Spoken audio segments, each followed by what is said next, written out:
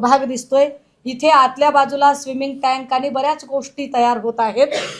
आता याच्या सोबतच जे मी आपल्याला दुसरा दाखवला हिस्सा तो साधारणतः म्हणजे हा मोठा गोल जो आहे हा मोठा गोल म्हणजे रिसॉर्ट आहे आणि हा छोटा गोल म्हणजे तो पत्र्यांचा शेड आहे, ज्या शेडमध्ये ही कारवाई झाली।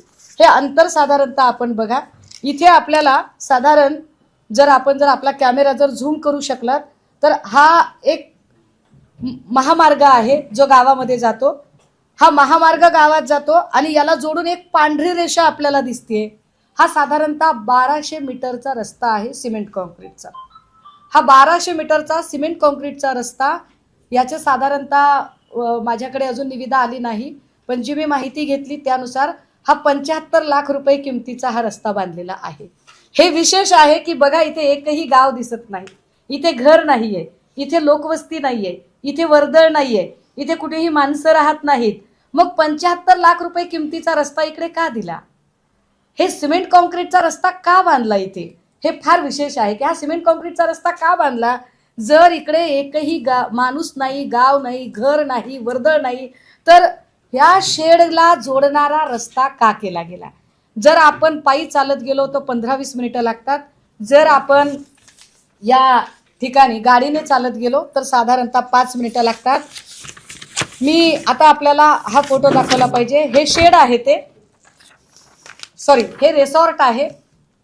या रिसॉर्टमध्ये साधारणतः आता 7-8 रूम बांधून तयार आहेत आणि जो आतला भाग मगाशी दाखवला त्याच्यामध्ये खाली अजून वेगवेगळ्या अमेनिटीज तयार होत आहेत।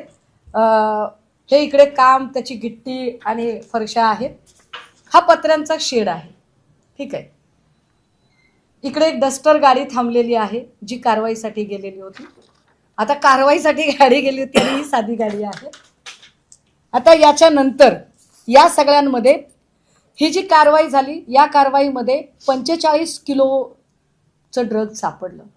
या 45 किलोमध्ये मी आपल्याला त्याची किंमत थोडी हायलाईट केली पाहिजे। मी काही लोकांना विचारत होते आणि मी काल अख्खा दिवस त्याची माहिती घेत होते।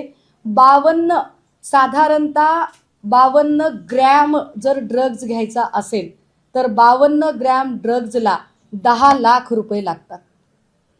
52 ग्रॅम ड्रग्जला जर 10 लाख रुपये लागतात तर 45 किलो ड्रग्जला किती?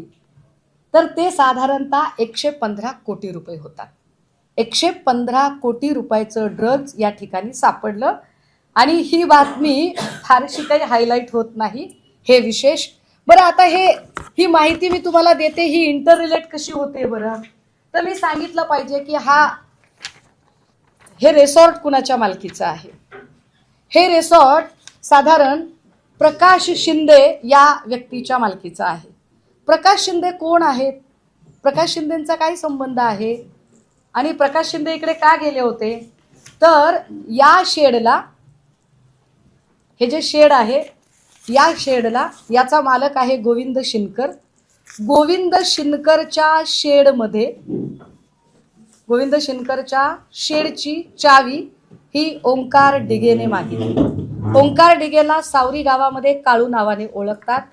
हे काळू नाव साधारणतः ओंकार डिगे, प्रकाश शिंदेचं हे रिसॉर्ट आहे।